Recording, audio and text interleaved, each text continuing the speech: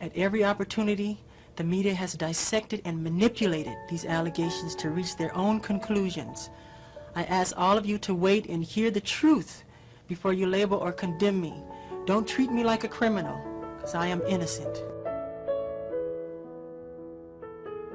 I think it has caused a great deal of speculation and controversy as to what you have done or are doing. Are you bleaching your skin? And is your skin lighter because you don't like being black? Okay, number one, as I know of, there is no such thing as skin bleaching.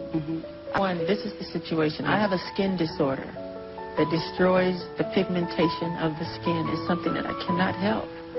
Okay, but when people make up stories that I don't want to be who I am, it hurts me. So it's a problem for me, okay? I can't control it, okay? But what about all the millions of people? Let's reverse it. Okay. What about all the millions of people who sit out in the sun to become darker, to become other than what they are? Nobody says nothing about that.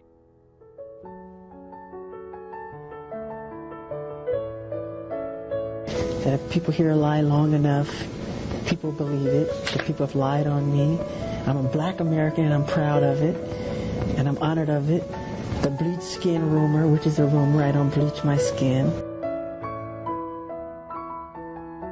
Others in my audience have said to please ask you this question. Yeah. Why do you always grab your crotch? Why do I grab my crotch? Yeah, why? We think you got a thing with your crotch going I on. think it happens subliminally. When I dance, if you're a dancer, you know you're just interpreting the sounds and the accompaniment of the music. If there's a driving bass, you become the bass. If there's a cello, if there's a string, you become that. So you become the emotion of what that sound is. Okay? So if I'm doing a movement and I go bam and I grab myself, it's the music that compels me to do it. It's not saying I'm getting ready to grab down there and it's not in a great place. You don't think about it, it just happens. Sometime I'll look back at the footage and I'll go, did I do that? Yeah. So I'm slave to the rhythm. Yeah.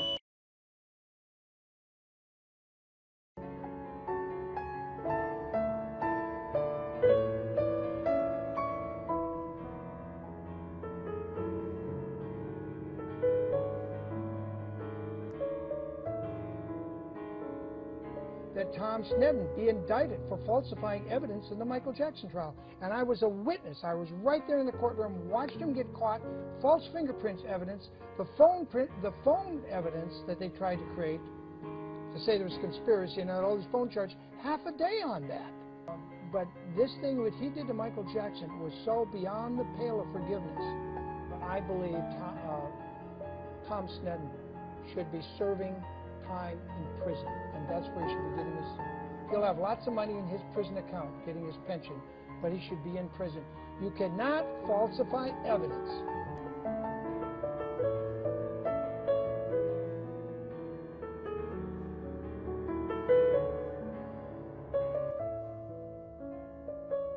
The doctors are saying there's no chance. Michael said, I will not have that. You bring him to me, and we will coat him with love. And not only did he extend love to him, but the star, Neverland, and me. A complete family. Pick it all. No more cancer. All gone. All gone. And they told him he was going to die. Isn't that great? They told my parents to plan for his funeral because there was no.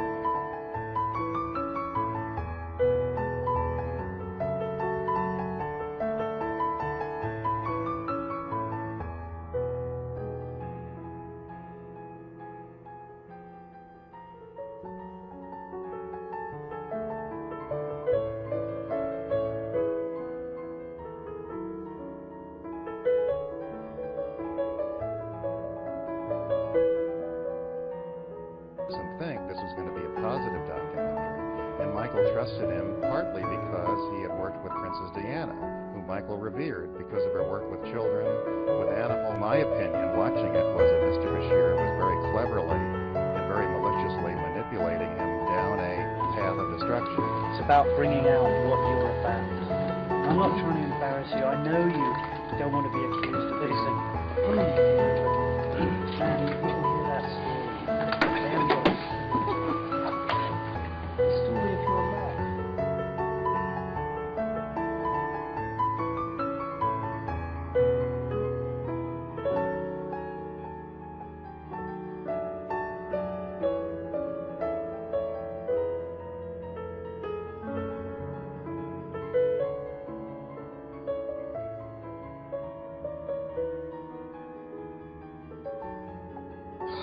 I was here yesterday and I saw it, and it's nothing short of a spiritually kind thing. I know, but I've told him.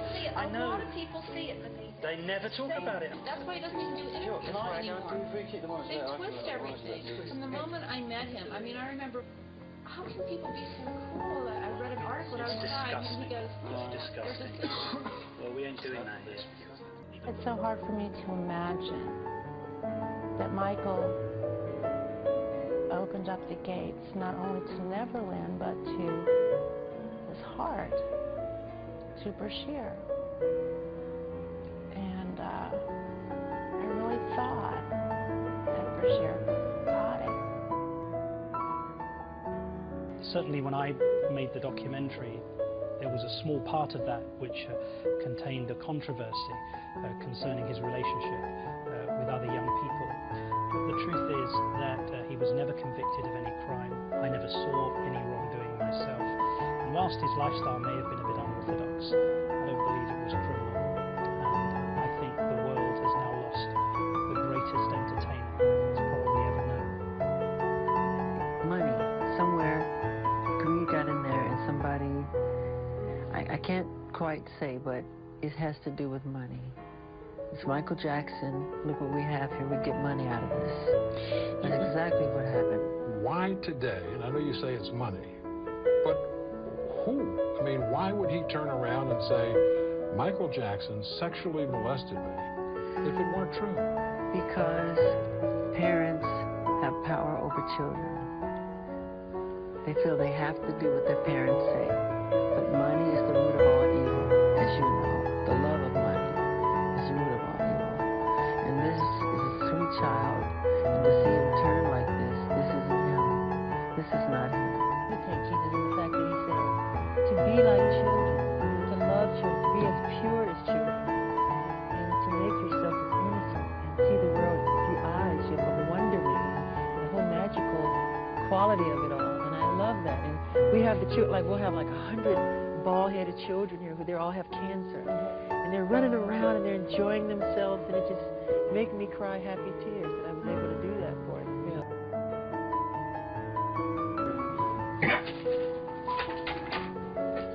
He grabbed you? Where did he grab you at? He grabbed you in the private area? Michael Jackson has done wrong. Michael Jackson has done wrong to you and to your mother, and his friends that work for him or his employees have done wrong. What Michael Jackson has done to you, okay, he's the bad person, not you. You watch that video and you realize this man has jumped to a conclusion without any investigation at all. That itself showed bias on the part of law enforcement. I think if you also looked at his demeanor, you didn't see someone who was nervous or shy or upset about what he claimed had happened to him.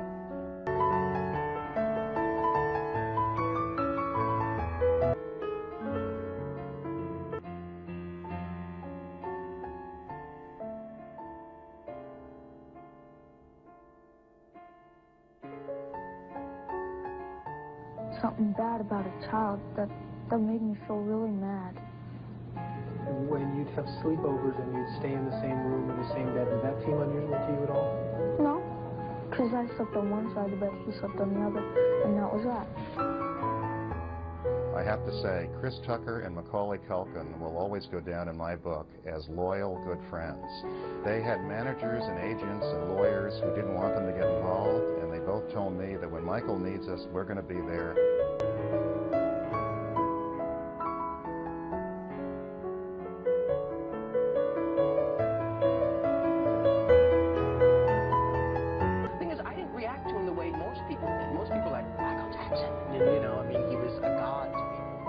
Walk up to them, strangers, and say, will you be my friend?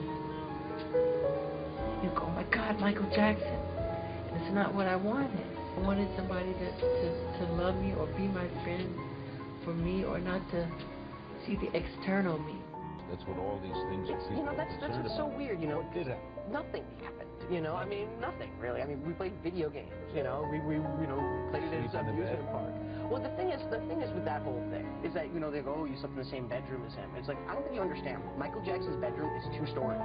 It had like 3 bathrooms and this and that. So when I slept in his bedroom, yeah, but you have to understand the whole scenario. And the thing is with Michael is that he's not very good at explaining himself, and he never really has been, because he's not a very social person. I mean, you're talking about someone who's been sheltered and sheltering himself also for the last like 30 years, or, you know, and so he's not very good at communicating to people and not very good at conveying what he's actually trying to say to you. And so when he says something like that, you know, people, you know, he doesn't quite understand why people react the way that they do. Why do you think he likes young people? It's because the same reason why he liked me was the fact that I didn't care who he was. That was the thing. I talked to him like he was a normal human being. And that's what, and kids do that to him because he's not, I mean, he's Michael Jackson, a pop singer, but he's not the god of, you know, the king of pop or anything like that. He's just, you know, a guy who's actually very kid-like himself and wants to go out there and wants to play video games with you. Yeah, you know, there's been different times where it'll just be me and Michael. Then there'll be other times where he has other friends over too. This is what, like what Brett said, it's just a summer party. You just have a lot of fun. I've been there when these kids have been in Michael's room. I've been there with them. It's just party time. They watch videos, they eat junk food, they play video games. They play so hard. They fall asleep. They're exhausted. They fall asleep. Now, There's nothing more to it than that. From your standpoint, does it seem unusual for a 34-year-old man to have kids sleeping over? Not when you know Michael's background. Under normal circumstances, possibly yes. But Michael, everybody knows he didn't have a childhood. He impresses on me constantly that it's very important that Wade does have a childhood because he's in the same industry. I can't believe the world is doing this to me. He said I gave everything that I had. I gave them my music, I danced for them, and this is what I get in return. It had to be totally torture. I could imagine what was going on in his mind, in his head, you know, and he's not strong in that way at all. The stress and strain of this 5-month trial took a toll on him. You saw him losing weight. He was having trouble sleeping. I would talk to him at 3, 4, or 5 in the morning, and he would be terrified, particularly about what might happen to his children. We did need some things to help him fall asleep at night because there was no way he was sleeping with all this stuff going on in his head. I don't know how anyone could sleep. The thought that you might be found guilty and spend the rest of your life in a jail cell and all your accomplishments washed down the drain.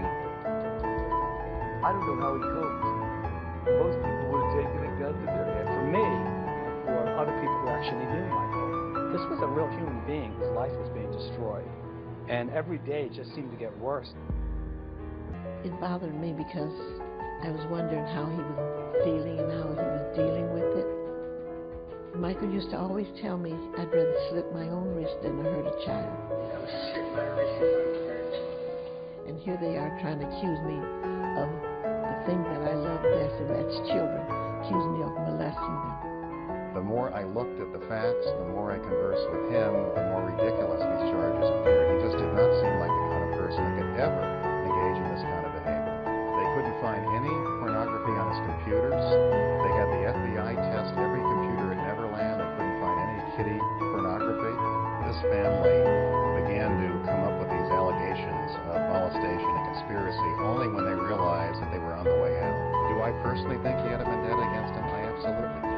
Why else would you devote all that time and energy to trying to convict one person? That's what he up to, and I felt he was a very vindictive person. For the County of Santa Barbara, Santa Maria Division, the people of the State of California, plaintiff versus Michael Joe Jackson, defendant, case number 1133603, verdict. We, the jury, in the above entitled case, find the defendant not guilty of lewd act upon a minor child as charged in count. Verdict was read, and it was not guilty, not guilty, not guilty, not guilty, all the way down the line, all counts not guilty. And I remember very specifically Michael seeming to not understand. And I remember Tom Sneddon looking at Michael for a reaction and not really getting one. And I also remember Tom Mesereau, his lawyer, leaning in and mouthing to Michael Jackson, "You're a free man." I could read his lips because I was so close. And Michael still didn't get it. You felt like it was a triumphant moment, but then when you looked at him, you realized he wasn't there for it. There was nothing you could do. He was so devastated that it had happened that you couldn't even find a place to be happy that it ended the way it did, because it was so devastating that it had occurred at all. He would always tell me, "It's over, I don't trust anyone. I don't know why they're doing this to me. They want me dead." He said, "They're going to kill me for what I got." It was a nightmare, a horrifying nightmare. But if this is what I have to endure to prove my innocence, my complete innocence, so be it. Throughout my life, I have only tried to help thousands upon thousands of children to live happy lives. It brings tears to my eyes when I see any child who suffers. I am not guilty of these allegations, but if I am guilty of anything, it is of giving all that I have to give to help children all over the world. It is of loving children of all ages and races. It is of gaining sheer joy from seeing children with their innocent and smiling faces. It is of enjoying through them the childhood that I missed myself. If I am guilty of anything, it is of believing what God said about children. Suffer little children to come unto me, and forbid them not, for such is the kingdom of heaven.